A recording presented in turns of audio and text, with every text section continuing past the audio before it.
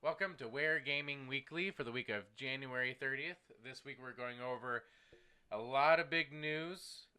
Some developers are definitely working on next-gen consoles. Metroid Prime has been delayed, and Valve, the creators of Steam, are upset. And I am dead. I am Nick, and joined with me, as every week, my brother, Josh. Say hi, Josh. Hi, Josh. So if you didn't know, Ware Gaming Weekly, we post every week on Wednesdays, ideally.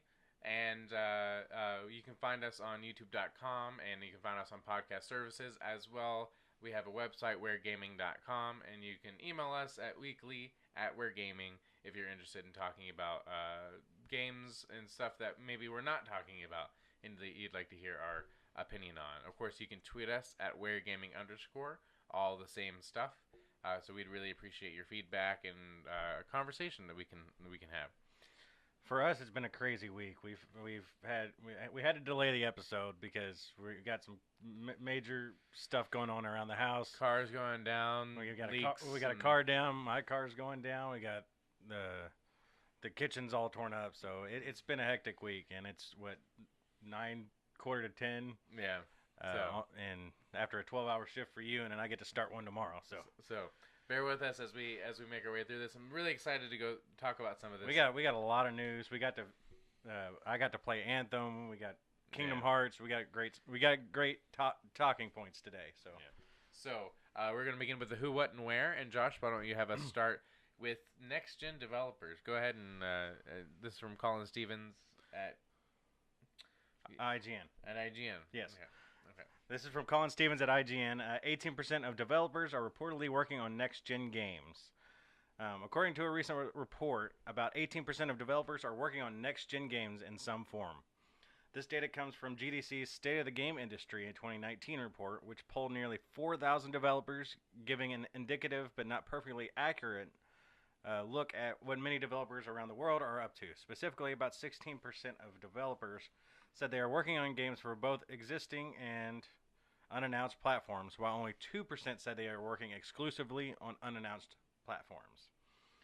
Naturally, this leaves the majority of developers working on currently announced platforms, as 46% of respondents said they are making games exclusively for existing platforms, and the rest said they don't know at this time.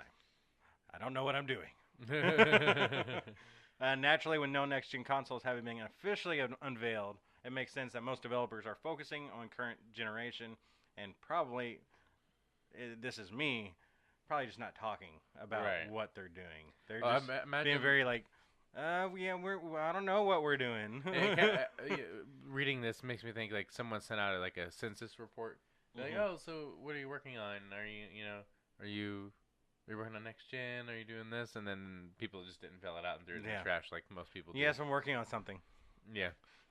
But I realized putting this together that I copied all the articles and I did not put the sources, put the websites on here. So I remember most of them though. Okay. So yeah, that's. I mean, we have more coming up later about some next gen, but I mean, clearly people are working on it, and I mean, we're getting into that point where. And before we get too much further, this next article is actually from Push Square, from Robert Ramsey. My title's gone, but basically,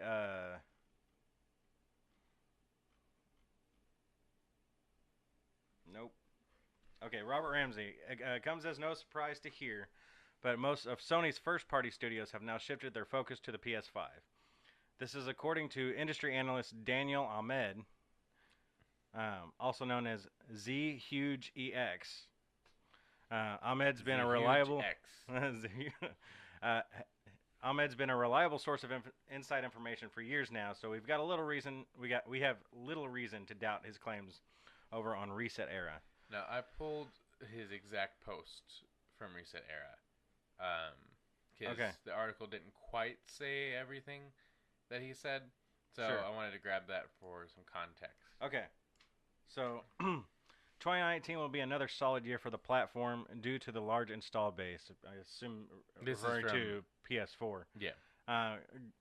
So due to the large install base, growing network sales, strong third-party software, first-party software, and back catalog. Excuse me. Lineup for the already existing IP with PS4 in mind. You skipped the line. I did. Lineup for the first half of the year is set, but second half is still in flux. Sony has a couple of unannounced games already existing IP with PS4 in mind, but I'm conscious that there have been discussions around making them cross-gen or next-gen titles. So in general, most of the focus for the Sony first party is on PlayStation 5 right now, and it is still early to talk about next-gen, but I imagine we'll hear some whispers come out of GDC. This is all him. So, Yep, the next generation is coming, is basically what all this reads, and that's no surprise to any of us. And we'll just keep you apprised as we're apprised. yeah. So it looks like, one thing that this doesn't say, or at least not as as plainly, and probably because they don't know, is if of which studios we can hypothesize these are. So clearly, like the games that have already come out, God of War, Horizon, Spider-Man. Yeah. Those three developers, if they're working on their next thing, which they probably are, they're going to be PS5 games. Most likely, yeah. The question for me is is still the last three games that haven't really been confirmed in terms of dates. The Last of Us Part 2, Ghost of Tsushima, and Death Stranding. We talked about this last week or the week before. I think we've talked about it every week. Yeah. What we're expecting out of these, and it's just hard to tell. No one's talking. PlayStation's going to be silent for a while. So when they have an idea of when they're going to release it, they'll let us know. Yeah. They'll call us personally and be like, "Hey, Josh and Nick, this is what's happening. You have the scoop." So stay tuned on that. All right. Something messed up when I pasted something. Yeah. Oh, here we go. So Metroid Prime 4 development restarting with Retro Studios. This is from Adam Bankhurst over at that's IGN. At IGN. What E3 was it? Well, 2017. Yeah. E3 2017. This article says it all, so I should just read it. Mm-hmm. Metroid Prime 4's development is restarting from the beginning with the help of Retro Studios, developer of the original Metroid Prime games. Announced by Nintendo, the decision was made because this fourth entry has not reached the standards we seek in a sequel to the Metroid Prime series. Due to this reason, Nintendo has decided to have producer Kensuke Tanabe work in trust and collaboration on the studio that developed the original Metroid Prime series, Retro Studios, in the U.S., and restart development from the beginning. Tanabe was the Metroid Prime series producer, and the initial project was being overseen by him and a talented development team, which was not Retro Studios and had reportedly been said to have been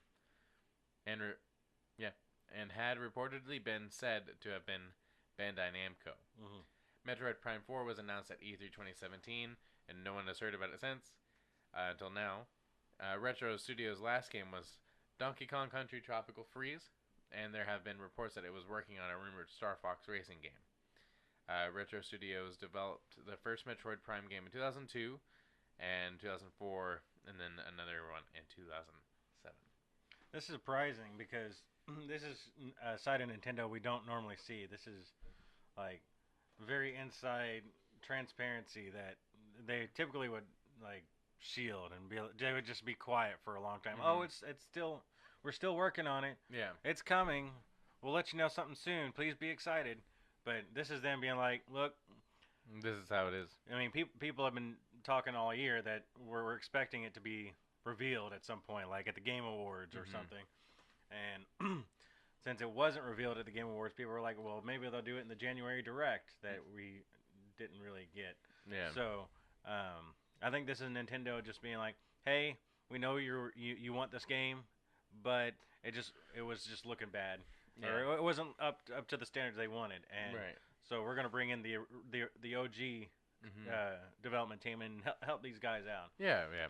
And what I was hearing about how they were like developing the game, it sounded like multiple studios across the world We're working on it together. were like working on parts of it, and when it came together, It just didn't. it didn't mesh, and so they just decided to start over from scratch and do it within like one studio house instead of try to piece it together from around the world. Which, I mean, studios do that all the time now, so it's not really obscure or uncommon to do that. But it was clear that it just didn't look right, and after the reaction to Metroid Prime, the other M, they know that this one has to be a success. The fans gotta like this one, Right. and so this sounds like the right decision. It's a little disappointing for people who've been waiting for it. Sure. I've not really been a Metroid Prime or Metroid fan in general. I mean, I'm not a Metroid fan. Sure. I've just never taken the time, and then Metroid Prime. I've never beaten a Metroid game, but I've always appreciated them, and I find them fun for however long I play them. I figured if and when Metroid Prime 4 comes out, I'll probably take a look at it. But I might try to hop into this Metroid Prime trilogy. Oh yeah, which is rumored. This was over at Nintendo Life. Okay. Was the website from Liam Doolan. There's a rumor that Metroid Prime trilogy for Nintendo Switch is ready to be released. No, it's not some horrible nightmare. Nintendo has in fact announced the development of Metroid Prime 4 will be restarted, with the original developer Retro Studios now collaborating with producer Kensuke Tanabe. Prior to the shock announcement for Nintendo, there were rumors circulating late last year about the re-release of the Metroid Prime trilogy for the Nintendo Switch as an appetizer. So, what's the current status of this rumored project? According to a series of tweets by Game Informer senior editor Imran Khan, it's been long done. Quote, it's been long done. And the initial announcement for the trilogy collection on Switch was supposed to have happened last month, but not necessarily at the Game Awards, why exactly this game wasn't revealed by Nintendo around this time is unknown. And basically you're saying there's more on Reset Era. So, again, this is just a rumor. We don't know where the development on this is, but, maybe they might decide to push this out a little sooner or... Yeah. Well, now that we know that Metroid Prime 4 is really not going to be here for a while, maybe they'll expedite this to, maybe not this year. If it's been long done, maybe they're just like trying to time it out right, for whatever releases they have this year and space it out and not cannibalize whatever they have, because they're going to do Animal Crossing, they're going to do Pokemon, and I'm sure there's a couple other names they're going to drop, so... All right. So this is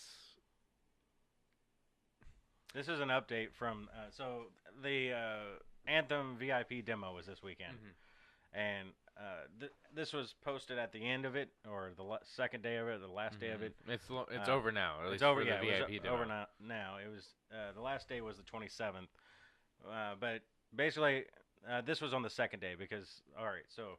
Anthem VIP demo, an update from BioWare's head of live service. This is Chad Robertson on the BioWare website. Yesterday was rocky. The first day of our VIP demo weekend did not go exactly as we planned, and I want to share what happened. So if you didn't hear, when the demo launched, there were just tons of problems. People couldn't get in.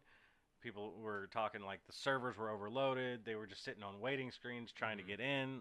Error, and then they would get in and it would crash or what have you, or as it was loading up, it would get to like 95% and then it would just stop, and then you have to back out. And so there were a lot of problems, and this is what this is referring to. So going back to the blog post, we've been testing the entire game and platform for several months, but there were a few things we missed. Real-world play frequently leads to unexpected issues. Before I share details on this and what we're still facing, I want to dispel one comment we've seen, that we underplanned for server capacity. To ensure stability, we intended to manage our servers to match the player population as it grew. Overall, we had an excess capacity prepared for population increases and continue to do so. That said, what's important is that all parts of the game work as designed to meet players' needs, and that did not happen in the opening hours. So they're saying it wasn't a server problem at all, that there was just other things going on that caused these problems. And I'll lightly go through all this. It's a very technical kind of stuff. But, while there are a number of issues we dealt with yesterday, the three primary were, number one, platform connections. This was caused by a spike in players entering the game when we opened up. Unfortunately, these issues did not present themselves during our internal testings. Investigations are ongoing, and we will continue to apply fixes throughout the weekend. Number two were entitlements. These account for flags that grant players things like pre-order incentives and demo access.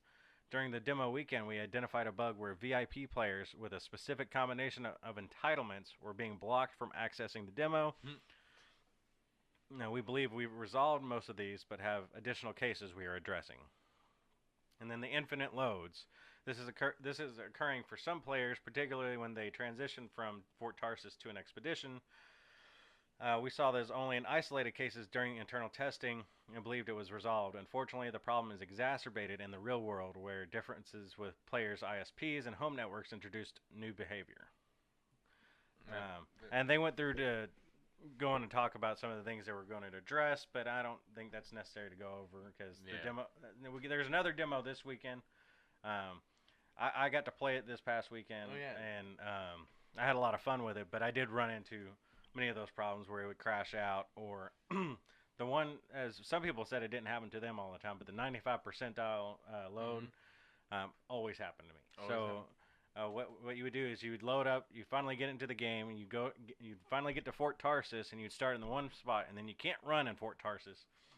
And so you have to walk all the way to your javelin. You get in your javelin, you customize it, do all that stuff, and then you load up an expedition, and then you go into the loading screen, and you load and load and load, and you get to the last little bar, and then nothing happens. Yeah, I remember I jumped on your file to mess around with it, and then like I went from one mode and tried to get into another, and I just. And for the first day, I just basically I didn't get to play it. The second day though, I saw someone post it. I think it was Mark Dura, one of the guys over at BioWare, said that this wasn't a fix, but if you back out of the game, so if you get to that 95 percentile and it's stuck, if you close out the app and then quickly reopen it, then it would say, hey, would you like to join? You've got an existing server, or you've already got an existing expedition open. Do you want to join that server? And you say yes, and then when you load into the game, it just loads you where you were. Oh, cool. So you didn't have to go back to Fort Tarsis. But for the first day, I didn't have that at all, so I just never got to play. And so, but the second day, I did get into the game, and it was great. I had a really good time with it. There's some problems, clearly with the demo, but again, they said the demo was pulled from a build 6 weeks ago, and it's a completely different situation with the full game. They were talking about it on Twitter and all over the place that a lot of these issues that we're running into are not going to be in the. Well, that's the good. final game. I'd like to get into a game that doesn't have problems. Oh, it's going to have problems. I mean, it's all these games launch with problems. And, and I saw a lot of people on Twitter just being just nasty. And like this is what these things are for. Like these demos and betas, they've got to stress their system, and it's not always server based. It's clearly there's more problems than just having enough server space. Yeah. Although I don't know that it's not completely server related, because they were having problems on a lot of their, like, it wasn't just Anthem having problems this weekend. There was, like, across their entire platform, people were having problems with, like, NBA 2K not 2K, but NBA Live, and just their other programs on, like, EA Origins or Access. Yeah. So it was, and their websites were slow, and I had problems, like, just trying to get on the website. So it was clearly there was a lot of stuff going on that all hands were on deck. And, they were really professional on Twitter. I appreciate them. They were being very, forthcoming with information. Yeah. So they did a good job. I'm excited for Anthem. So I'll probably try to jump in this weekend with the open demo. Beta. Yeah. I might. Well, we'll see. There's another big game that we gotta play. Yeah. So next item here, Valve. So for context, so the headline is Valve says it's unfair that Metro Exodus is exclusive to the Epic Store. This is from Nathan Grayson. Kotaku? Yeah, I think it's Kotaku. That sounds like a Kotaku. That sounds like a Kotaku name. Yeah. So the context here is that you have the Epic Games Store, which if you don't know is if you don't play PC like I don't, then this may not matter to you. But you have Steam, which has been kind of like the monopoly, without being a monopoly of digital for a long time. Yeah. For digital gaming. And I have a Steam account. Yeah, everybody's got a Steam account, pretty much. So you got Steam, and they've been the marketplace for any PC digital gaming you want to buy. And then with the end of last year, I think at the Game Awards, well, right before the Game Awards, Epic, who's created Fortnite and a bunch of other things, have announced that they're doing the Epic Game Store, which is Steam, but for them. And they announced a lower or higher revenue, a better revenue share, better revenue share for developers to use their platform. And then they even announced that if you make the game on Unreal, sorry, it's 10 o'clock. Yeah, he's dead. He's a zombie. If they make the game on Unreal, they even get a better revenue share. Yeah. Of it. So a lot of cool things are happening. And then a few weeks ago, Ubisoft announced that for PC gaming, Division 2 will be exclusive to the Epic Game Store. And then just now, Metro Exodus has revealed that it'll be exclusive to the Epic Game Store for a year. For a year. Well, I haven't gotten to the article yet. All right, get to the article, man. So, Nathan Grayson says that Metro Exodus, true to its name, is exiting Steam. The post-apocalyptic shooter will only appear on the Epic Games Store when it launches on February 15th, and will stay there exclusively until 2020. Valve is not remaining silent about it, which is interesting. They didn't really say anything about The Division, or at least I don't remember them saying anything about The Division, other than maybe stating that Metro is far from the first exclusive. The Epic Games Store has locked down since its launch last December, with other big-name games like Hades, Ashen, and Super Meat Boy Forever also confined to Epic's freshly lacquered shelves for now. But this deal appears to have been a last-minute move, since Exodus was already available for pre-order on Steam. Today, Valve posted a notice to the Metro Exodus Steam page. We think that this is Valve. We think the decision to remove the game is unfair to Steam customers, especially after a long pre-sale period, the company wrote. We apologize to Steam customers that were expecting it to be available for sale through the February 15th release date, but we were only recently informed of the decision and given limited time to let everyone know. On the upside, both Valve and Metro publisher Deep Silver have said that Steam pre-orders will be honored on the Epic Games Store, as will previously purchased pre-order bonuses, expansion passes, and DLC. Epic's standard exclusivity period so far has been 1 year, and Metro is following suit. Deep Silver says it'll be on sale on Steam and other storefronts after February 14th, 2020. An emailed statement from Deep Silver noted that all future DLC for Metro Exodus will be released simultaneously on all platforms, suggesting a situation could potentially arise in which Metro Exodus is not on Steam, but its DLC is. That's crazy. Well, at least we've confirmed that there's going to be DLC for Metro. Yeah. So, Metro's not been a game I've really been interested in. It looks cool and it looks pretty, but it's just not a game. Yeah. It's got its niche, and the story really is about this Clash of the Titans. Yeah. Steam. Well, it's more like a David and Goliath. I don't know. I don't know that I call Goliath. Epic is. Yeah. Okay. I mean, they're the new specific situation. Yeah, they're the new guys, but they're definitely not David to Goliath. This is just Epic saying, "Hey, I'm going to get into this." I'm stealing. I'm shoehorning myself into this business. And so I've seen, as someone who isn't on the PC online community very much, I'm not sure what their perspective or your perspective, if you're one of those people, is on all this. And when I read this headline a few days ago, when I saw it, my gut reaction, which is probably not the reaction I should have had, but it says, Valve says it's unfair, and I just wanted to be like, where? Right. But Well, I mean, just it is. I mean, if you look at the situation, it's already been on pre-order. Now, I think the Division was also for pre-order because they talked about that too when the Division said, "Well, it will be honored." And I originally thought they were saying they were still going to be able to get it on the Steam store if they pre-ordered it. But this says that it'll be honored on the Epic Game Store, so it's not going to be available. This says that Steam pre-orders will be honored on the Epic Game Store. Oh, okay. I didn't think that. If you already pre-ordered it on on Steam, it'll be honored on the Epic Game Store. Interesting. So I wonder how that works. Like, they just got to collect all the purchases and move them over. I don't know. That's not a question for you.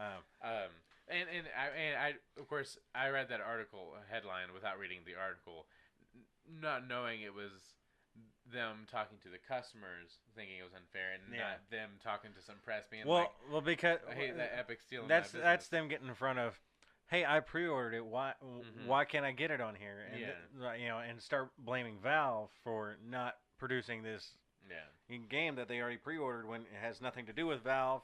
Has everything to do with Deep Silver and. Well, actually, I don't know if we have it on here, but I did read or hear about that Metro developer came out and said that this is kind of out of their hands too, and that they don't want to.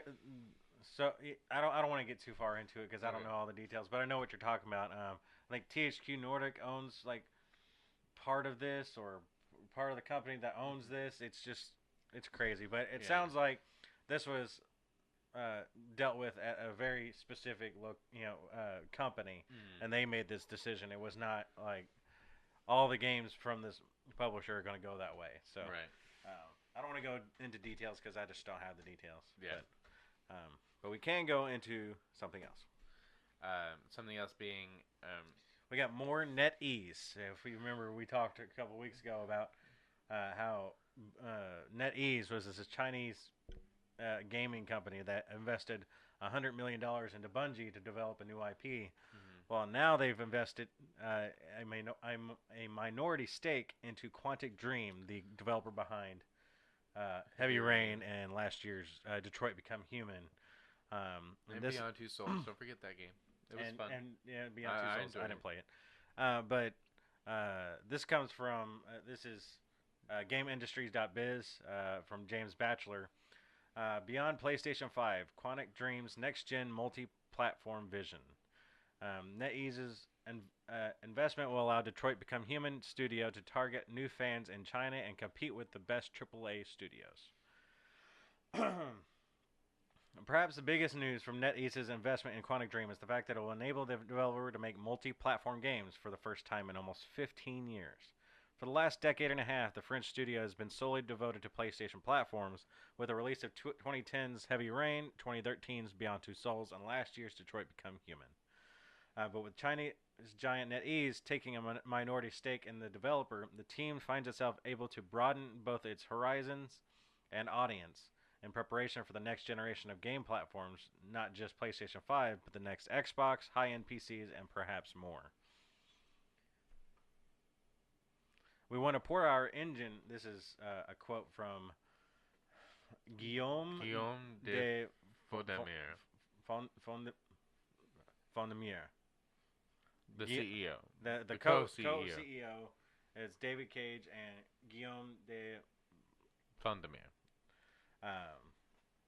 This quote says, we want to port our engine and pipeline to all next-gen platforms to be able to compete with the best AAA studios and to integrate new advanced features in our games. We had a fantastic collaboration with Sony for 12 years, and we had all the creative freedom we needed and their trust to develop the games we wanted. The PlayStation community was incredibly supportive, and we are absolutely thankful to all for these amazing years. Now we feel that our games have the potential to reach a much wider audience. We want anyone on any platform to have the possibility to enjoy our game.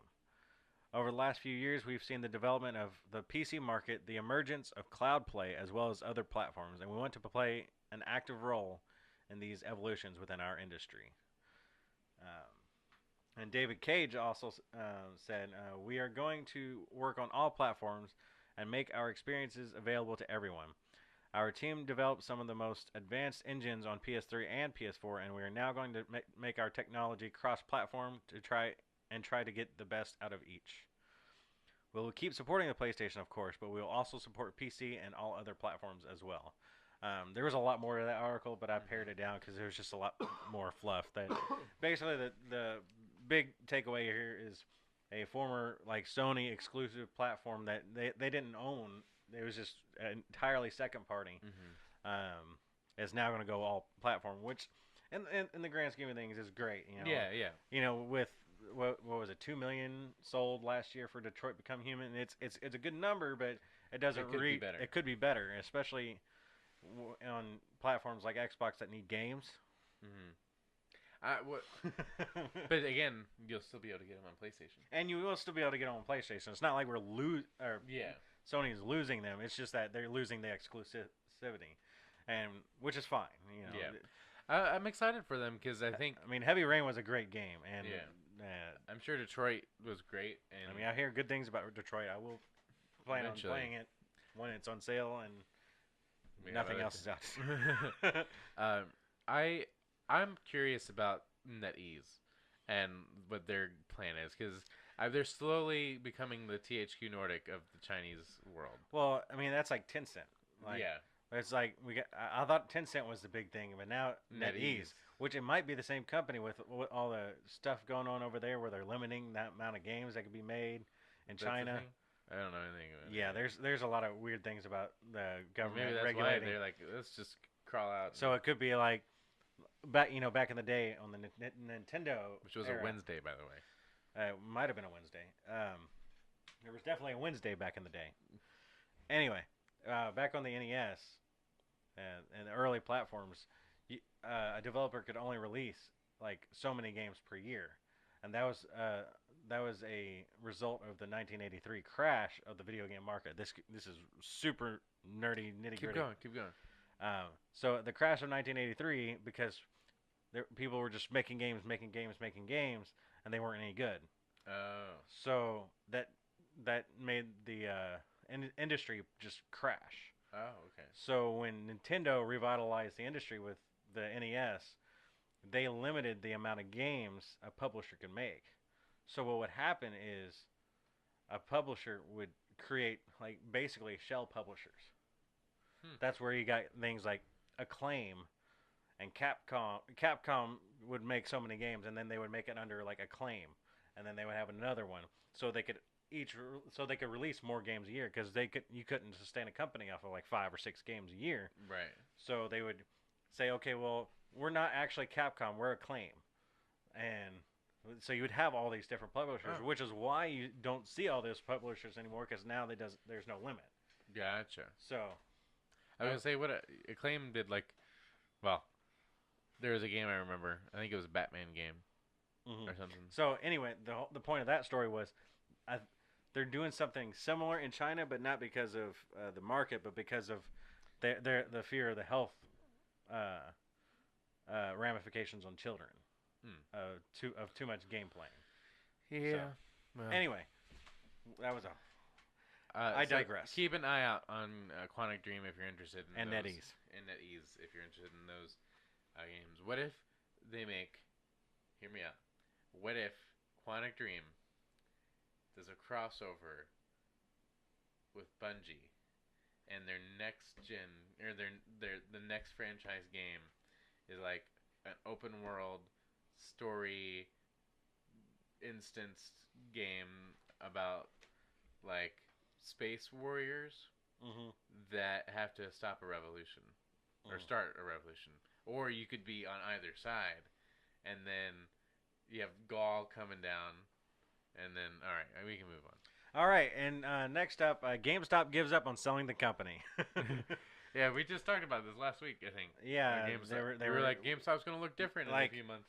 Like they were a couple days away from selling the company, and they were like, Yeah, you know what? nah. Never mind. This is from Brendan Sinclair. This is also GameIndustry.biz.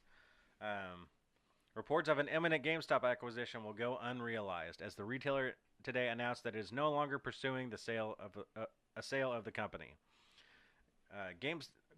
GameStop's board has now terminated efforts to pursue a sale of the company due to the lack of available financing on terms that would be commercially acceptable to a prospective acquirer. The company explained. That was just a lot of words that were legalese. Yeah.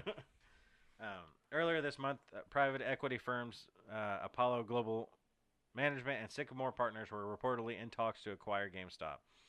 Selling the company was just one of the one possibility as GameStop's broader strategic review that followed investor outcry last May.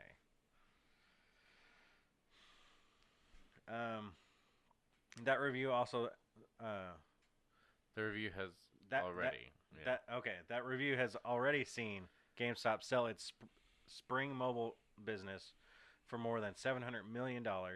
The chain of AT&T wireless stores had been a centerpiece of GameStop's previous push to diversify its business beyond games. One that also saw it acquire the Simply Mac chain of Apple-certified stores and collectible retailer ThinkGeek. Since selling Spring, GameStop has said going forward that it will focus on its core video game business as well as collectibles. This is not the first time investors have gotten their hopes up about a GameStop sale when exploratory discussions with Sycamore Partners about an acquisition failed to yield progress last August. GameStop shares fell almost 10% to $14.91. This was back in August. Today's news is getting an even frostier reception. As of this writing, shares of GameStop were trading down more than 25% to $11.59. And this was I think this was a couple days ago. So I don't know where it's at today. Of GameStop. Now, if you think it's gonna come back, it might be time to buy. Yeah. I don't know. GameStop's kind of a tease. It's like putting themselves out there, but then they're like, no, I have dignity. I'm gonna do this myself. And then they're like, no.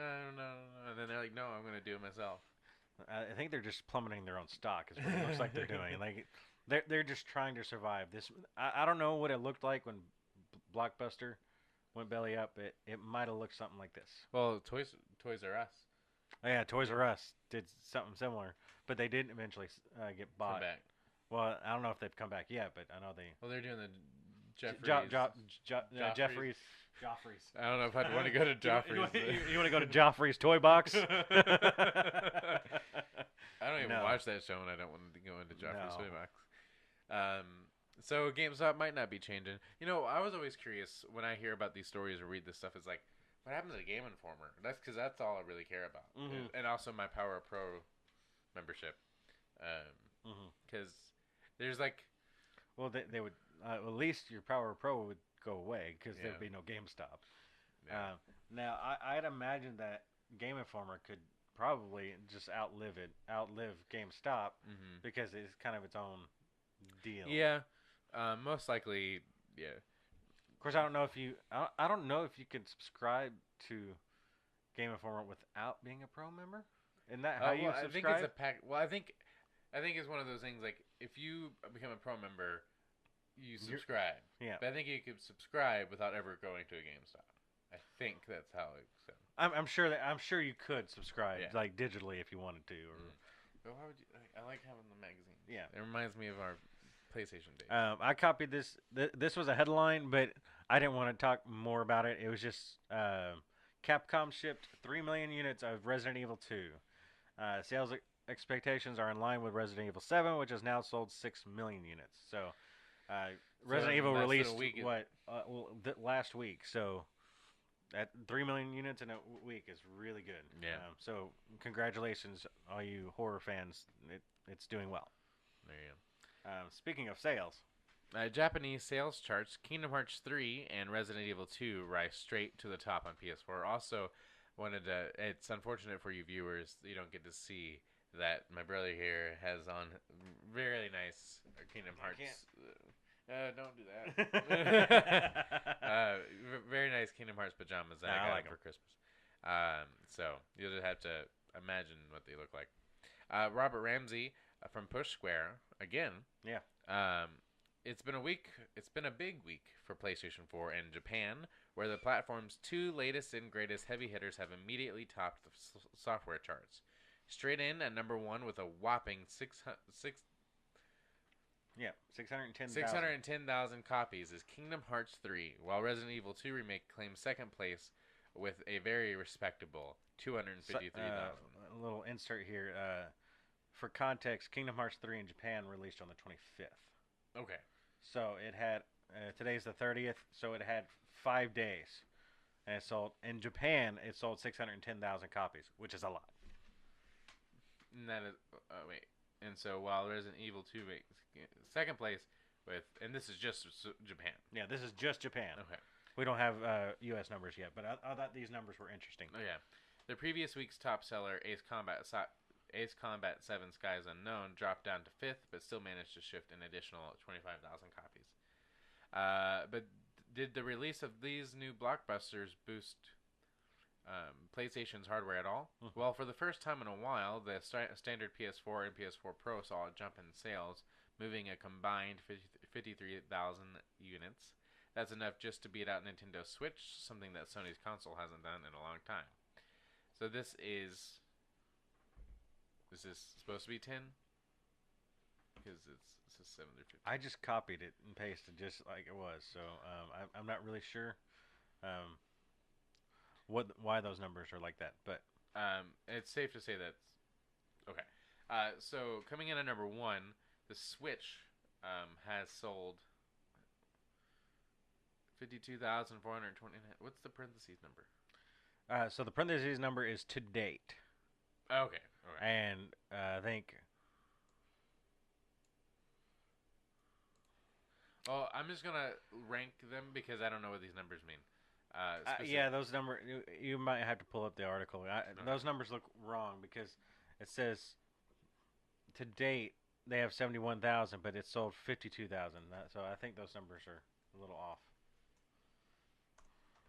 Let me just pull it up. Yeah, we'll just pull up the article real quick because that looked weird. Okay. Those numbers still look wrong, but hardware sales, it says it sold 52,429. I'm assuming just this year?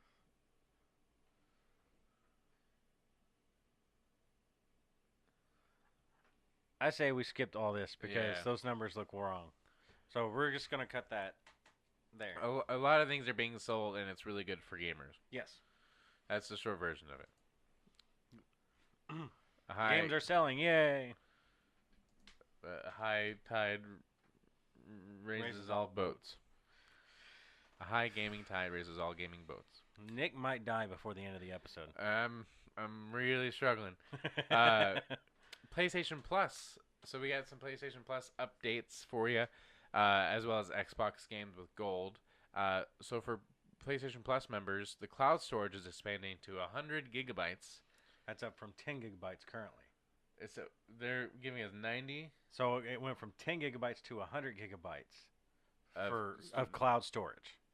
So I can upload all my save data. Yes.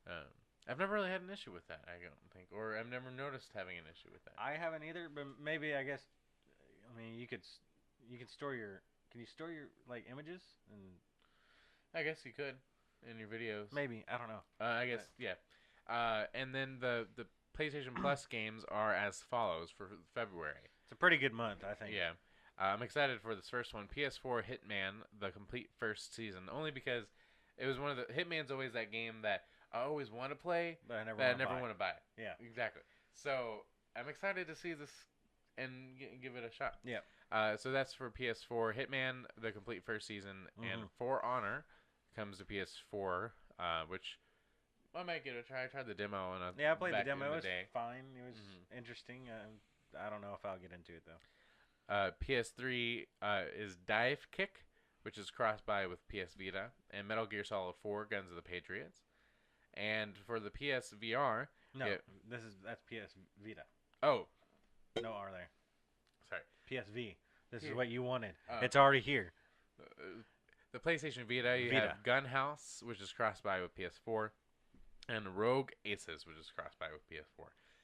Remember, after March 8th, 2019, PS3 and Vita games will no longer be offered as part of the PS Plus monthly games lineup. So this is the last month for your PS3 and PS. Or wouldn't March be the last month?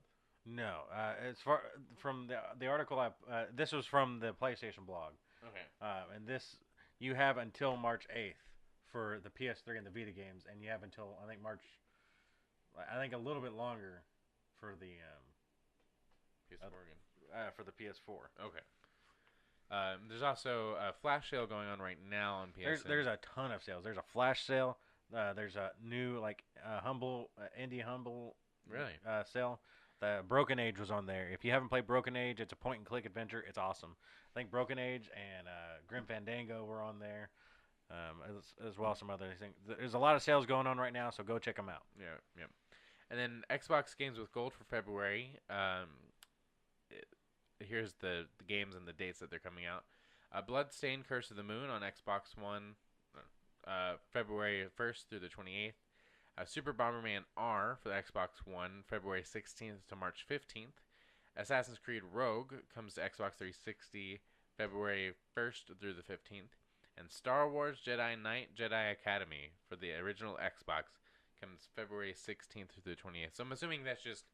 That was the platform they originally released on, and... Yeah. So I think they're all coming to Xbox One. It's just those were the original platforms. Yeah. So Curse of the Moon, if you like Castlevanias, is a really fun game. I haven't actually completed it, but it's a fun game that I play a few missions at. Yeah, it's I have it interesting. on my Switch. I'm not a big Castlevania guy, but it was. I mean, it does it really well. I hear it's a lot like Castlevania 3, and we have it on the Switch. Mm-hmm. All right, so we're going to get into the releases this week. On February 1st, Ace Combat 7 comes to PC. Wargroove comes to Switch on February 1st as well. Etrian Odyssey Nexus comes to 3DS on February 5th, and The Occupation comes to PS4, Xbox One, and PC on February 5th as well. I did not look at any of these other than Ace Combat 7, which I played on the PS4, and so I think I've heard good things about Wargroove. I think it's some kind of like strategy game on the Switch. People were really excited about it. I just don't know anything about it, so you can look them up, and if you're interested in that, that's when they come out. Cool. So we're going to talk about Ace Combat 7. Okay. I mentioned it last week. I had a lot of fun with it. I beat it this week. Great story.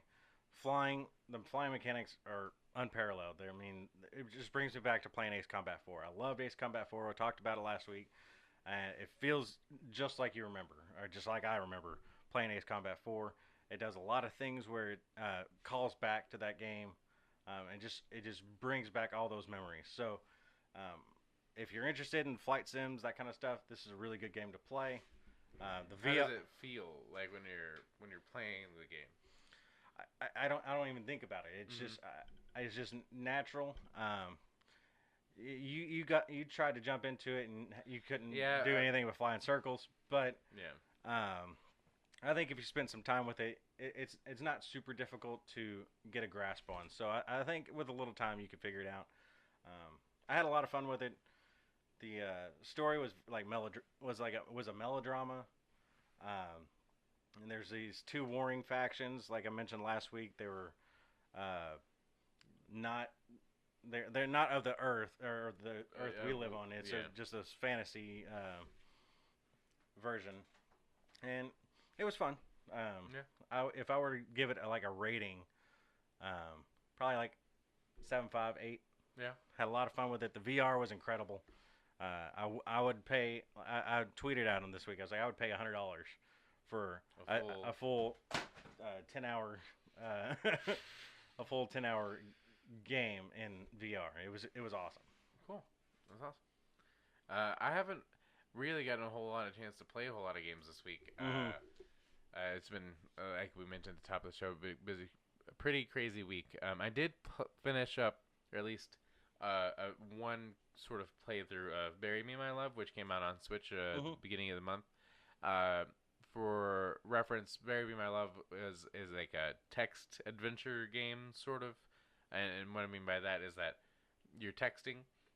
You play this husband to this wife who is a Syrian refugee, and she's trying to immigrate out of Syria, and so you have she's texting you throughout the day, and again I'm playing on the Switch, so she's texting you throughout the day, and every once in a while you get messages from her, and sometimes it gets really tense, and you have to help her make decisions. Some of them are really like soft, like in terms of easy, like should I spend money on this or should I spend money on this, or should I pack this or should I pack this, or did I forget something, or whatever. And it's really cute to see their relationship. It doesn't feel like it's me. It's very clearly like I feel like I'm watching. It's almost kind of invasive because it feels like I'm watching two other people's texting conversations, and then every once in a while I get a choice. I kind of wish the choices were more often, because a lot of the times I'm just kind of sitting there watching it happen. And while the story is interesting, or like the conversation they're having and what's developing is interesting, a lot of the times it feels like I'd rather, either be more involved or watch this in a different capacity. But what's interesting is that kind of like in choice-based games, mine ended really early, and I can't really, without spoiling, go into what exactly happened. But there's a lot more that could have been done that I wasn't able to do. So I may go back and try out these different routes. But it's really heartfelt, and really can be, depending on what you do, might be a little heartbreaking. So I don't know that I recommend it on Switch. I have heard that if you get it on a mobile device, it feels much more integrated, that you get text throughout the day. Because on the Switch, you'll be seeing the text come through, and it'll say the date and time, and then when there's a gap in time that's longer than like a minute, sometimes even in a minute, it'll just fade to black, and the clock will speed up, and it'll open up back then. Whereas I've heard if you have it on your phone, then you'll just get a text in the time. Yeah. So I'd be interested in trying that. I just don't want to buy the game again. Sure. So if you're interested in something like that, a little more serious topic, but interesting nonetheless. What else? Luminous. I played some Luminous this week, which is a puzzle game that feels a lot like Tetris, but instead of having these different shaped blocks, they're always square blocks, but they're different colors. Sure. And the goal is to match 4 colors together to make another square, and it clears and you keep going. And it's rhythm based. It's what's the name? Mizuguchi. Oh, yeah. Mizuguchi created it back in the day for the PSP, I think. Yeah. And it's recently been released to Switch, and he's the one behind the Tetris Effect. Yeah. That's kind of why I got it, because I like Tetris Effect, and I wanted something on my Switch, and a few people have talked about it, and I'm like, oh, I'll get it, and it's a fun time killer. Sure, for sure. It looks interesting. I haven't got to really put my hands on it too much, but it looked fun. It really is. It's right now the main mode, or at least the main mode I play, is just you have to just keep clearing waves, and you level up, and it gets harder. But I'm in what's considered the basic section, and you're supposed to be able to clear 100 levels, and I've not done that. I've had it for a while. So you need to get good. I do. All right, well, I think it's time to wake up, because we have one big game we have to start talking about. We do. And that is Kingdom Hearts 3. Now, I'm a little upset about this, because if this week had gone to plan, as plans always like to go, I would have been the one to give the proper impressions of Kingdom Hearts 3, but because we've had a bad week, I didn't really get to play much of Kingdom Hearts 3, and Josh And I did. So I might have played. I played a ton today. Oh well, why don't you enlighten us about how you feel about your gaming? After so many years of waiting, this game finally comes out, and just seeing the words on the screen, it was just like, let me face my fear. It was just like, yes, it's here.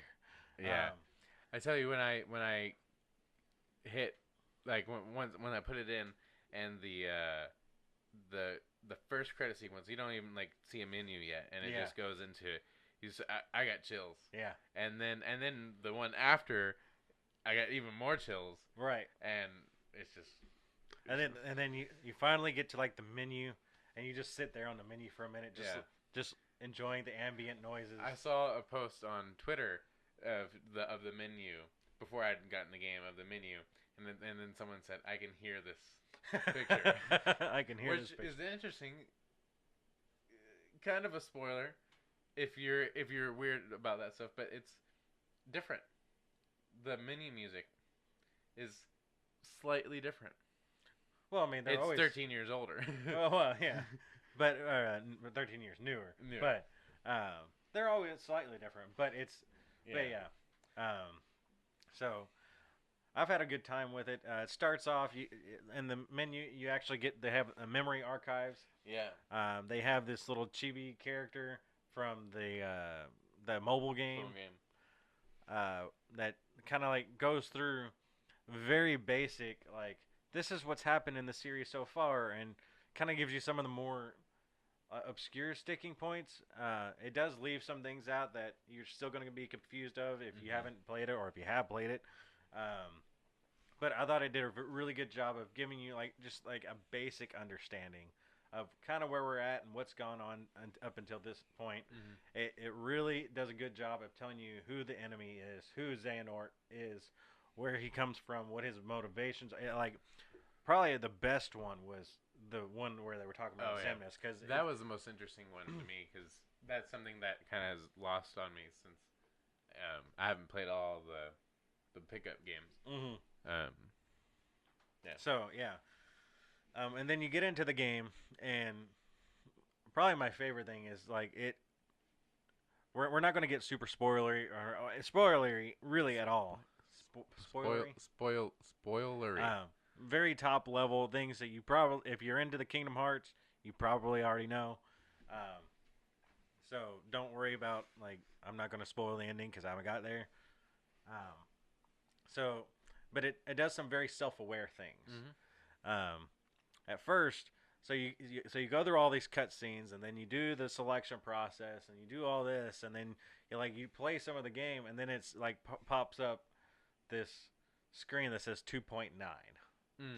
And if you've ever heard a Kingdom Hearts title that's not 1 and 2, you know that the naming conventions for Kingdom Hearts are just crazy. 358 over 2 days. You have a recoded. We have coded. You have a chain of memories. Like, the names are just weird. 0.2 and prologue. then you had the 1.5 remake, and 2.5, and then 1.5 and 2.5, and then you had the 2.8, 2.8, and then the 2.8 final chapter prologue with the movies and the things. So I think Tetsuya Nomura and the whole development team over there are very aware that this is weird, it's nerdy, and it's funny.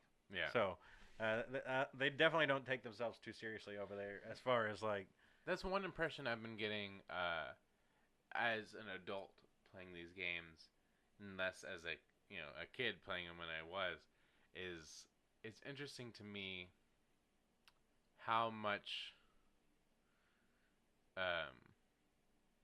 they understand the kind of game this is, because it's not a Final Fantasy. No. And with Final, it's a story to be taken seriously. Sure. But once Donald and Goofy come on screen, it's like you're having the serious discussion. I'm even talking about the second game. Yeah. You're having a serious discussion about hearts and people stealing hearts and the key, and then all of a sudden you hear Donald Duck or Goofy go, "You Hilk. mean that you took the Keyblade?" And Yeah. it's like, oh, yeah, that's. And then you game. have Donald screeching in your ear, and you're like, just please stop. Man. Please stop.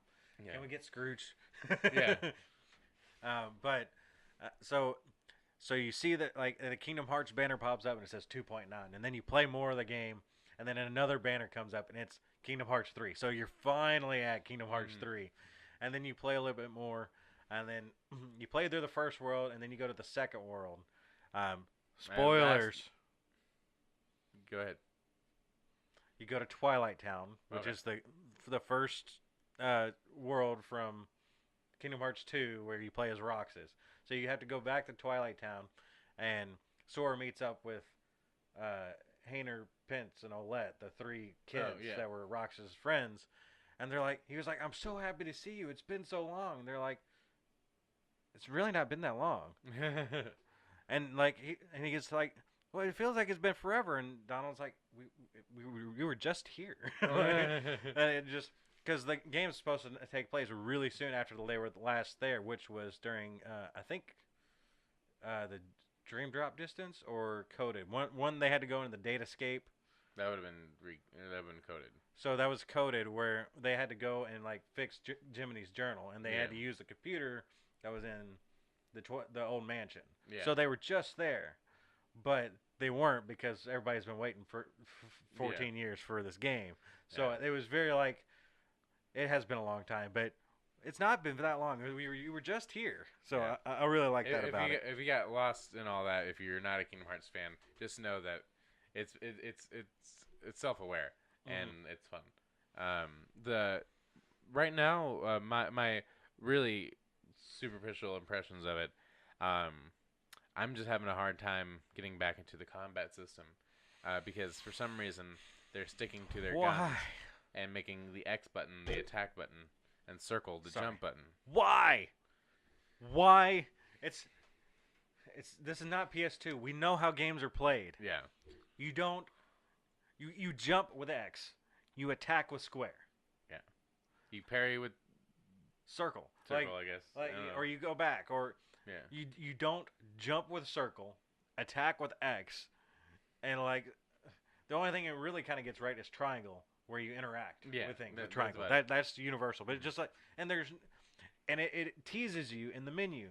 You can configure the controls, and it's got option A and option B, and it took me 5 minutes to figure out what changed. I had to kept going back and forth. I was these look exactly the same, and the only thing that changed was the way you use the shortcuts, which is not what you want to change. No. What you want to change is I want to jump with X and attack with square, and that never made any sense to me why that was. It just But after 8 hours or 7 hours of playing, my brain's ready for it. Also because it's been a long time, I've probably played Kingdom Hearts 1 the most. Because every time you want to go back and try to play through them all, and you play one, and then you're like, okay, I'm done. Yeah. Well, exactly. Because I want to play 2 again because I can't quite remember. Well, I don't really because now I have 3. Yeah. But with 2, I can't quite remember how the final forms work. And then they've kind of brought that back into 3, but they've also added a million other. There's so many combat systems, but once you start getting them, they are awesome. Well, because you have the flow motion, which is from Dream Drop Distance, I think, that they've brought in, that helps you do trick moves, and then they have the attractions and so as you fight, you build up a meter, and once that meter gets full, you have this ability to do something. Yeah. And sometimes that depends on the keyblade you're using. It also could depend on where you're at in relation to your party members. And then so you could press a button to trigger whatever you've built up, but you can keep going if you can build it up more, and it might be more powerful. And so one of the keyblades has gives you second form. But there's second form D and second form S, and they have different styles. And one keyblade gives you a shield. and I'm not sure how all the different things work just yet. There's one form that is awesome. I'm not going to spoil it because it's incredible. It looks cool. Is it? Have we had this form before? Kind of. Okay. But it feels I can't really. Okay. That's fine. But it's called Rage Form. Okay. Yeah, I know what you're talking about. And it's awesome. Yeah. It's my favorite. But so far, yeah. It at a glance, or when in certain situations, it looks beautiful. Oh yeah, the game was like, I'm stunned sometimes at how beautiful that game is. But I want to go into some naggy stuff. And I was afraid of this when they said they were using the Unreal Engine, because sometimes things, or a lot of times, things made in Unreal look off. What do you mean? They look like it's hard to explain, but like sometimes the eyes are wrong. Sometimes the way the shadows work, especially like in the first world that you're in, you had to save a little girl. Her eyes were all kinds of messed up, and it looked more like. Sometimes it looks like you're like Jimmy Neutron. Where there's my Jimmy Neutron? Yeah. I don't own Jimmy Neutron. No. And I didn't watch it all that much, so I don't know. Well, I remember it playing a lot, and I didn't watch it, so. It was on the TV. But there's some nitpicky things, like when I look at something, like especially when it gets close to things, it just feels off, or it feels superimposed, which it is, but like. Yeah. Okay. There's some nitpicky things about just the visual stylings like that. When you get into the grand open spots, it looks beautiful. Yeah. The textures are nice, but it still does feel like a Kingdom Hearts game. You're still tunneled. You have these paths, very narrow lanes, and you get these little big openings. These little big openings. Yeah, because they're bigger than they used to be, but they're still enclosed. Yeah. So it doesn't really diverge from, at least not yet. And I don't know if there's any like massive world that I'm about to, visit, but it still feels like old Kingdom Hearts with some new elements. Now, what I do like is while you're running through Twilight Town, like there's no loading between, like when you go to the forest. Really? So like, you go from like the main city, then you have to go to the forest to the old mansion. Like you just go. Oh really? No loading. Wow. All the way up to the mansion. Like it was awesome. That's what my thing about the first Kingdom Hearts is, going in and out of like everything. Deep jungle, and it's like, and then the music comes in and you're just waiting. 9 seconds of. Now it's just like smooth. It's smooth. You get the little heart. Well, you get the like nameplate for the room you're in. Oh yeah. It just pops up. Yeah. As you're running through. There's some interesting like maneuver abilities. So like if you hit R1, you'll get these like the square prompt. Yeah. And it's really clunky. It doesn't feel right. I get what it's trying to do, but it doesn't feel like it does it. It doesn't feel like it does it right. Unless I'm doing it wrong, which is possible. And we're still early in the game. Maybe I'll get down the road and it just clicks, but it just feels wrong. There was a fight in the first encounter that you had to use it a lot, and it was just incredibly frustrating because it told you what to do and then it wasn't working like it was supposed to, and it was just very confusing. Okay. And then other gripes for me were it didn't really mature with us. A lot of the writing, the writing's always been kind of like cheesy and melodramatic and like the darkness and stuff like that. But it's been 14 years. I was a middle schooler when that came out, and it still feels like it was written for that demographic, which is fine. But especially in the first world, some of the dialogue is it's just bad. It's just very stiff.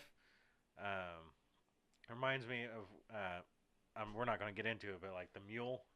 Oh. Some of the dialogue in that movie, especially like Lawrence Fishburne's character when he was just like, Yeah. okay, Bradley Cooper, this is what you're doing in this thing, and he was in the first. There was a lot of that kind of stuff. Yeah. Don't go see the mule. Don't go see the mule. Don't Terrible rent movie. it. Don't watch it. It's bad. Very bad. I've been dominating the conversation. Well, I mean, you've I did play a lot more than you.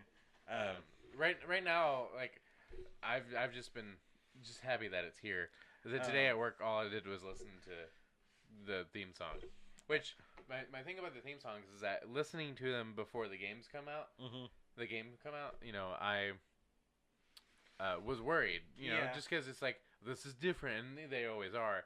But once you see it with the cinematic.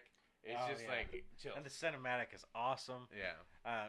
I wanted to bring in some critical eye when being a little negative about it, because as I was playing it, like I was making notes of things I was griping about, but I'm having a blast playing the game. Yeah. The combat feels great when you finally get a grasp on, like, you have all these attractions where you're on these weird, like, Disney these Disney rides. Attractions, yeah. There's a pirate ship. There's Tea Kettle. You get on the Buzz Lightyear game where you're shooting. Yeah.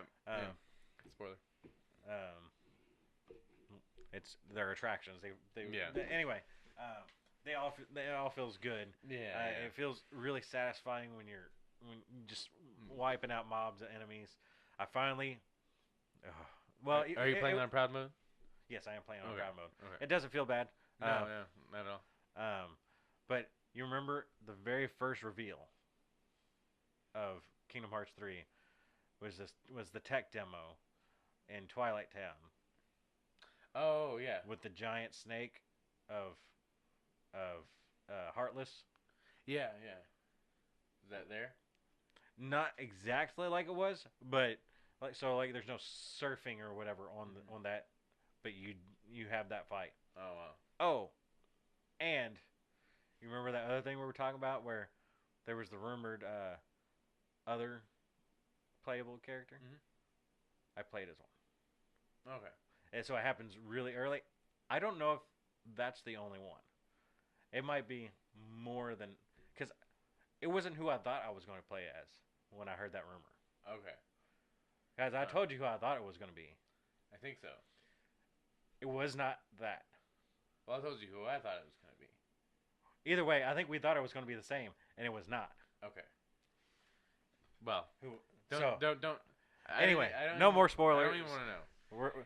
But it happens pretty quick, and I was like, wow. Oh. And it did it well. Wow. Okay. Cool. It was fun too.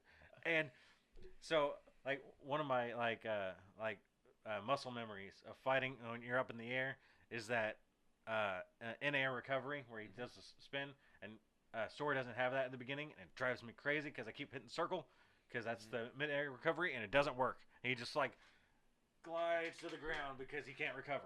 Yeah. And the character you play as still has it. Okay.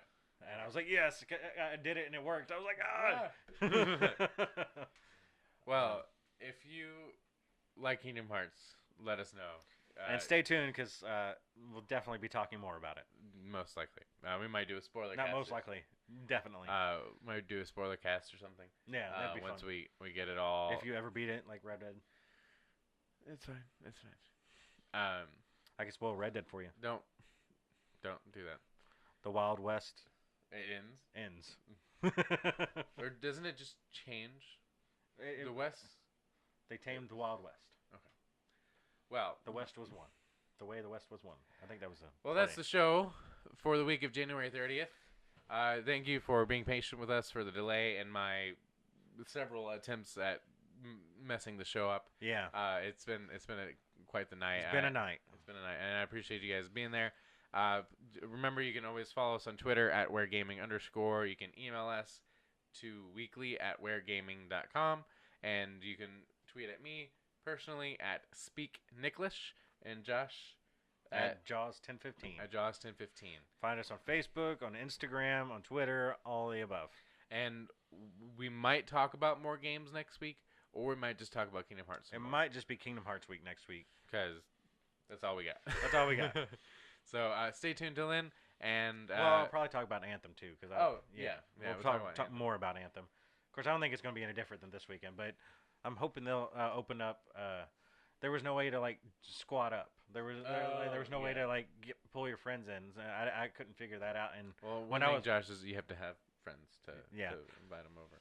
But now when we hopefully since it'll be open, I'll be able to hop in and we can. Yeah, we'll try to figure out. 'Cause the other problem is it was hard to jump into to even think about trying to join someone else because the 95% loading. Oh. Yeah. So you would have to back out and try to jump in